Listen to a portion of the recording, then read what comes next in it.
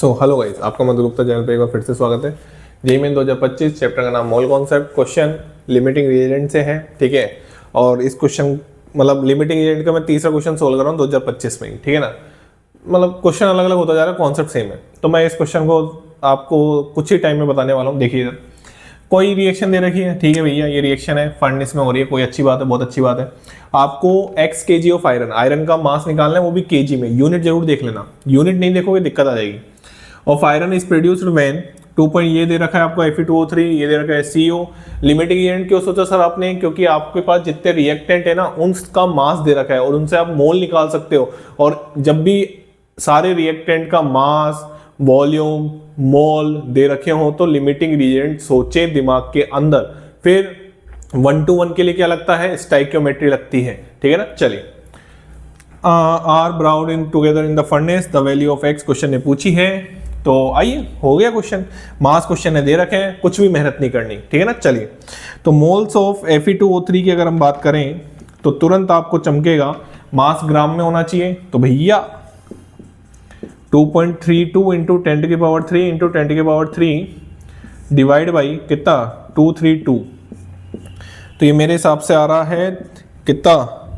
ये आपका आ जाएगा 0.01। तो ये 10⁻⁴ मोल आ रहा है, कोई टेंशन वाली बात नहीं है। इसके बाद आराम से आ रहा है ना 0.01, हाँ ठीक है, आ रहा है, ठीक है, आ रहा होगा, बच्चों को समझ में भी आ रहा होगा, कोई टेंशन वाली बात नहीं है।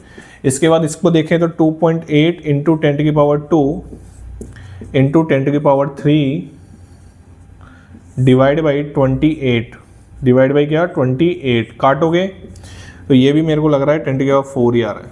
बस हो गया, खेल खत्म। अब LR निकालते हैं। LR कैसे निकालते हैं बताओ? स्टोइकियोमेट्रिक कोएफिशिएंट का डिवाइड। पहले तो क्वेश्चन में ये चेक, क्वेश्चन पे भरोसा कभी मत करना, क्वेश्चन में हमेशा चेक कर लेना कि भैया बैलेंसिंग है या नहीं। तो आयरन 3 है, आयरन 3 है, ऑक्सीजन 4 और 4 8 है, ऑक्सीजन 8 है, और कार्बन 4 है, कार्बन 4 है, बैलेंस रिएक्शन। भरोसा मत करना क्वेश्चन पे, हाँ ठीक है ना। चलिए, तो LR के लिए Fe2O3 के लिए बात करूं तो इसके लिए मोल क्या होगी? 10⁻⁴। CO के लिए बात करूं, कैसे निकालते थे? स्टोइकियोमेट्रिक कोएफिशिएंट का डिवाइड, तो डिवाइड बाई 4 करना पड़ेगा। तो बताओ छोटी वैल्यू किसके लिए आई? CO के लिए। तो LR कौन हो गया? CO। बस इसका इतना ही काम है, अब इसको भूल जाओ, अब इसका कोई काम नहीं है, ठीक है ना। चलिए, अब मैं ये थोड़ा सा रफ कर रहा हूं, ठीक है, आपको सब कुछ आंखों के सामने है, कोई टेंशन वाली बात है नहीं। तो आइए बात कर लेते हैं थोड़ी सी मीठी मीठी सी। आइए, तो क्वेश्चन आपके सामने है। अब LR आपको पता चल चुका है, अब 1 to 1 लगाना है, स्टोइकियोमेट्रिक कॉन्सेप्ट लगाएं, आंसर लाएं। बताइए, इसके मोल कितने दे रखे थे? 10⁻⁴। इसके कितने दे रखे थे? 10⁻⁴। हाँ भाई, ये तो 0 बनेगा। प्रोडक्ट को कौन डिसाइड करेगा? LR obviously. चलिए, तो 4 मोल CO हो गया क्वेश्चन।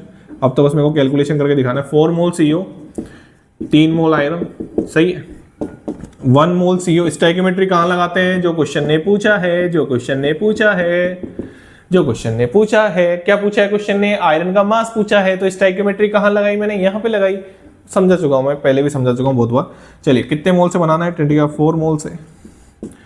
तो यहाँ पे आ जाएगा 3/4 इंटू 10⁻⁴ मोल ऑफ आयरन। कोई टेंशन वाली बात नहीं है, सही है। चलिए, मास ऑफ आयरन निकालना था अपन को, यहाँ निकाल लेते हैं। आइए, तो वेट ऑफ आयरन हो जाएगा mole of iron into molar mass कितना होता है आयरन का? 56। तो मोल ऑफ आयरन कितने निकले? 3/4 इंटू 10⁻⁴ इंटू 56। हाँ भाई, ये तो ग्राम में निकलेगा। केजी में निकालने के लिए क्या करोगे? डिवाइड बाई 10⁻³ क्वेश्चन ने केजी में पूछा था, तो केजी में निकालने के लिए क्या करोगे? डिवाइड बाई 10⁻³ इसको मेरे हिसाब से आप कैलकुलेट करें तो ये 14 बार कटेगा, सही है। और 14 × 42, तो ये आ रहा है आपका 420 kg। तो आपके इस क्वेश्चन का आंसर क्या आ जाएगा? 420, क्योंकि क्वेश्चन ने केजी में पूछा था, तो इस क्वेश्चन का आंसर 420, ठीक है। क्वेश्चन सिंपल ही था, कोई हार्ड क्वेश्चन नहीं था। Thank you so much. Channel को लाइक करें, शेयर करें और सब्सक्राइब करें।